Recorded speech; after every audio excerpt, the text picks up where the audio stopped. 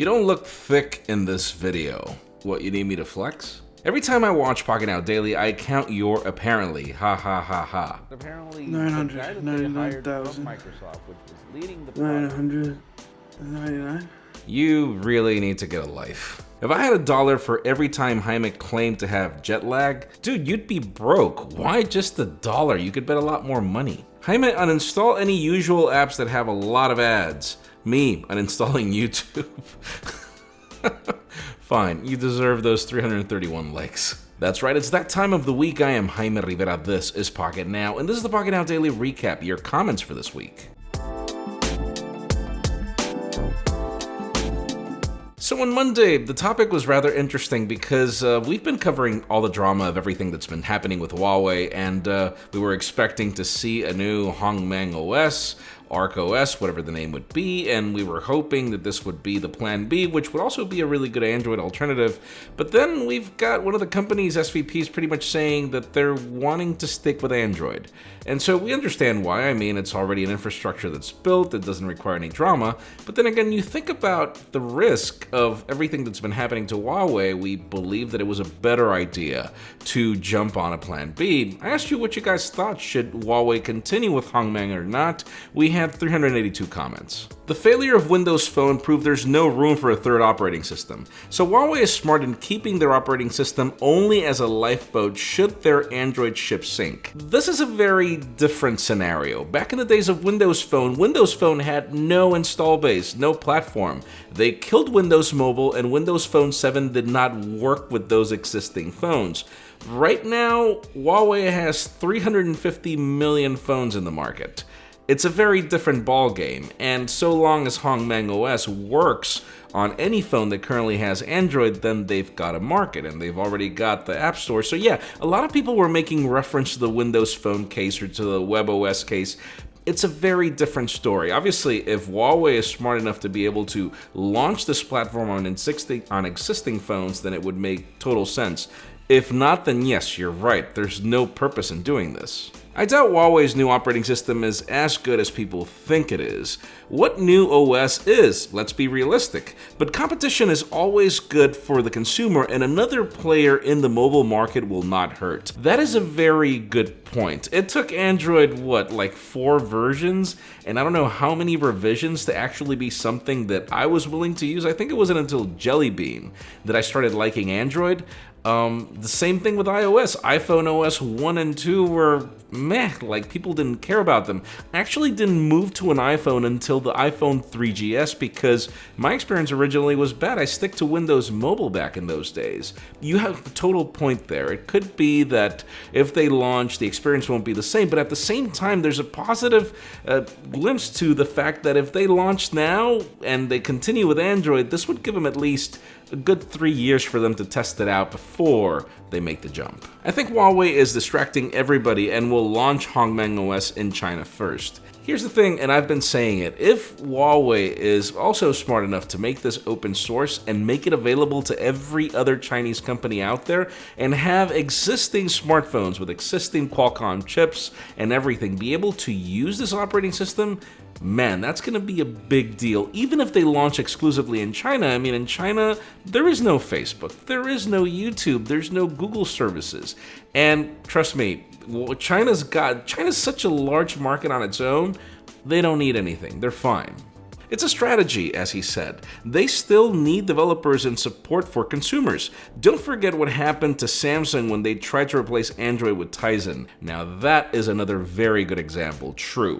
We had the case of Tizen, but I think that the biggest failure with Tizen was that they launched it on entry-level phones in Southeast Asia, and they didn't make it available to existing ones. So they didn't really create Tizen to compete with existing Android phones. And I think that that's the biggest problem. If you are not going to make it available to existing devices, I don't think it will float. I just don't think it'll survive. That's another good point. Then on Tuesday, the topic was Apple's discounts overnight, the changes that they made to the MacBook lineup, the fact that the new 2019 13-inch MacBook Pro is crazy when it comes to its specs. There were so many things, and in addition to them, there were discounts on MacBook Airs, the death of the new MacBook. I asked you, what do you think? Do you think that Apple did enough, or should they do more? We had 380 comments. Do more. They've taken more than enough money from their customers. They should discount their iPhones a little. My God, I don't know if you've noticed, but we've spent the last 3 or 4 months covering deals from Amazon on Apple products, pretty much everything, with the exception of iPhones. Buy any iPhone, they're still $750, $999, $1,100. I really don't understand that mentality. I agree with you. Good job, honestly, didn't expect this, but drop the iPhone price. That damn $1,000 trend started with Apple, and they should end it. Actually, it started with a couple of Galaxy phones, but yeah, I do agree. Apple should totally drop the price, because in the case of those Galaxy phones, they started at literally almost $1,000, and then they got immediate discounts probably 3 weeks later, so yeah. I doubt Apple will discount that $999 stand. Oh man. God, there should be more memes than the current ones, because true, I don't understand why they're selling that thing separately. This is not enough. People should wait for the next generation MacBook Pro with new keyboard. It's sheer stupidity to buy a MacBook Pro with such a defective keyboard. I feel this is nothing but a strategy to sell their existing inventory to prepare for the next generation. I had not seen it that way. You are totally right. I have the 2018 variant of the MacBook Pro, haven't had issues with the keyboard yet, but then Diego's 2017 model, we've already had to replace the top case. It is the worst. So, there are so many benefits to having a MacBook Pro if you're within the Apple ecosystem, if you're using Final Cut Pro.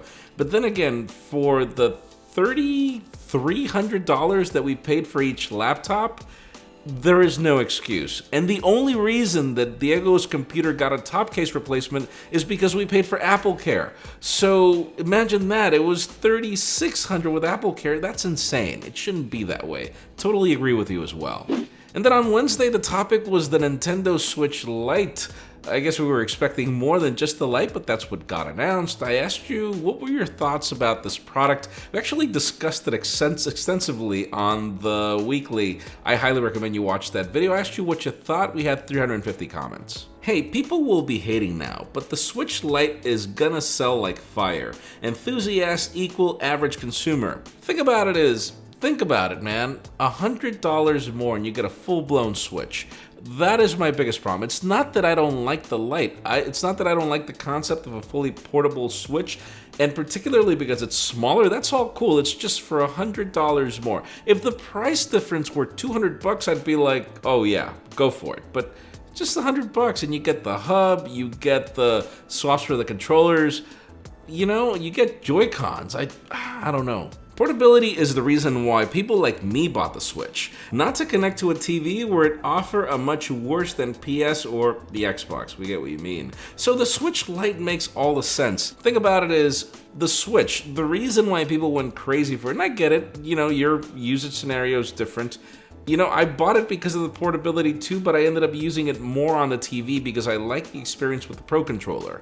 And, I feel that a lot of people just like the Switch because in addition to that portability, you have the versatility of being able to use it with your TV. And so you get the best of both worlds. You want the console experience, you get it. You don't want the console experience, you just unsnap it and take it. I don't know. No, it's a Switch that can't switch. This is basically a Game Boy Super Advanced. Exactly. It's like the Nintendo DS Pro that plays Switch games, which is how I feel. They should have called it just the revamp of the DS that's Switch compatible. I don't know. Well, that's probably a bad name. $150 should be the price of the Switch Lite. I'm salty about the $200 price tag. Exactly. If they would have sold this for $149, I would not debate anything. I would be like, you have to jump on it. And if they gave you the option, because that's another one of my questions, like what happens if you've already got your games, you bought them digitally, but you signed them on your current Switch? Can you play those digital games on your Switch Lite? That's a huge question that they haven't answered. Then on Thursday, the topic was, Ming Chi Kuo's predictions, Apple to be ditching Face ID. We had the full roadmap of how they're going to do it. We're going to have a new version of Touch ID that's going to take over the whole display.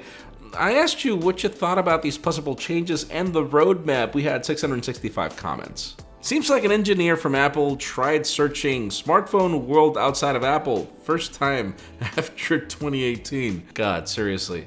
But the thing about it is, don't get me wrong, I like Face ID. I find it to be crazy convenient. I love it on my iPad Pro. I love it on the iPhone, mainly in the winter, whenever I can't be using my fingerprint for gloves. So don't get me wrong, I like Face ID as it is. I just wish that Apple wouldn't have just gone the whole way. I wish they would have given us both options, because there are cases where it can be rather cumbersome. So yeah, Apple should just kill their prices, in my opinion. God, I think that Apple is going to be forced to do it at some point. If you think about it, one of the main reasons why iPads started selling like hotcakes is because nobody was expecting Apple to sell this thing for $499 when it launched. And right now, the prices are so crazy that you see them discounted all the time. But anyways, we were talking about Face ID, not about prices. I don't think they should remove it. Having both options, Touch ID and Face ID, should be a good idea. Consumers can decide. I prefer Face ID. It's very fast. It simply works. And here in Canada, we have winter. Face ID is a lot easier than Touch. Exactly. Anybody that's had to deal with sub-zero temperatures knows you're already carrying two pairs of gloves, one for the wind and the other one to keep you warm. And so to be able to have to be taking that off just to be able to unlock your phone, that's the worst. And then finally, Friday, the topic was the Galaxy Note 10. We've covered tons of rumors. None were the price. We had the price tags of $999 up to $1150. I asked you what you thought about these. We had 700 comments. What other intestines shall I donate to afford one of these bad boys? Dude, you only have one. It's a very long one, but you only have one. A $1,000 phone needs to earn it. I'm not sure the Note 10 will, but we shall see. Maybe Samsung has a nice gimmick up their sleeve, who knows? So tell you what, I don't think that any phone should cost $1,000, not the price of a computer. I think the computers are well priced, the higher end models. But, God, it's just $1,000 for a phone. And so here's the thing. In the case of Samsung, because of the added functionality of the S Pen, because I know that extra layer for the Wacom digitizer is more expensive, because I know how much the software requires a lot more engineering, I'm like, if I'm gonna have to pay $1,000, I'd rather pay it for this phone than an iPhone XS Max, for example. But it doesn't change the fact that I wish it cost $750, $800. Samsung is moving on Apple's price path. We have seen what happened to Apple, now let's see. It's the other way around, actually. If you remember the price of the Galaxy Note, I think it was the Galaxy Note 7, which then exploded. Was it the 5 or the 7? One of these cost $1,000, or very close to it. But again, it got discounted really close. So no, it's actually Samsung who started with the crazier price tags. But they were offering added functionality, and so that's the main reason why we were like, fine, let's just put up with it. Yeah, I get your point as well. Let's wait and see what happens, because if you notice, the Galaxy S10 Plus, the Plus variant, is the price of the standard iPhone XS. Meaning you can get the Galaxy S10e, for $750, which is a significantly better phone than the iPhone XR. Watch our comparison. So yeah, they can't charge less for the Galaxy Note than for the S10 Plus. It doesn't make any financial sense. If they want to adjust price, it will have to start at the S line. True, and because we've got the rumors of the phone not coming with a headphone jack, I think that it would be smart for Samsung to bundle the Galaxy Buds, which I love, in the box. If you get a Galaxy Note 10 with the Galaxy Buds in the box, I'll be like, all right, fine, I'll pay the $1,000. For that, I would, because how much would a really good pair of true wireless earbuds, if you go for like Jabras, I said really good, notice the wording, a pair of Jabras, the Elite 65Ts, those are $250.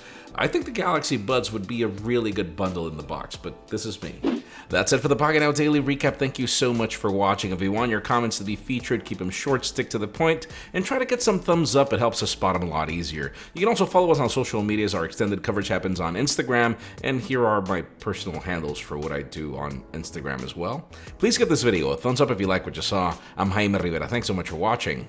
We'll see you, tomorrow.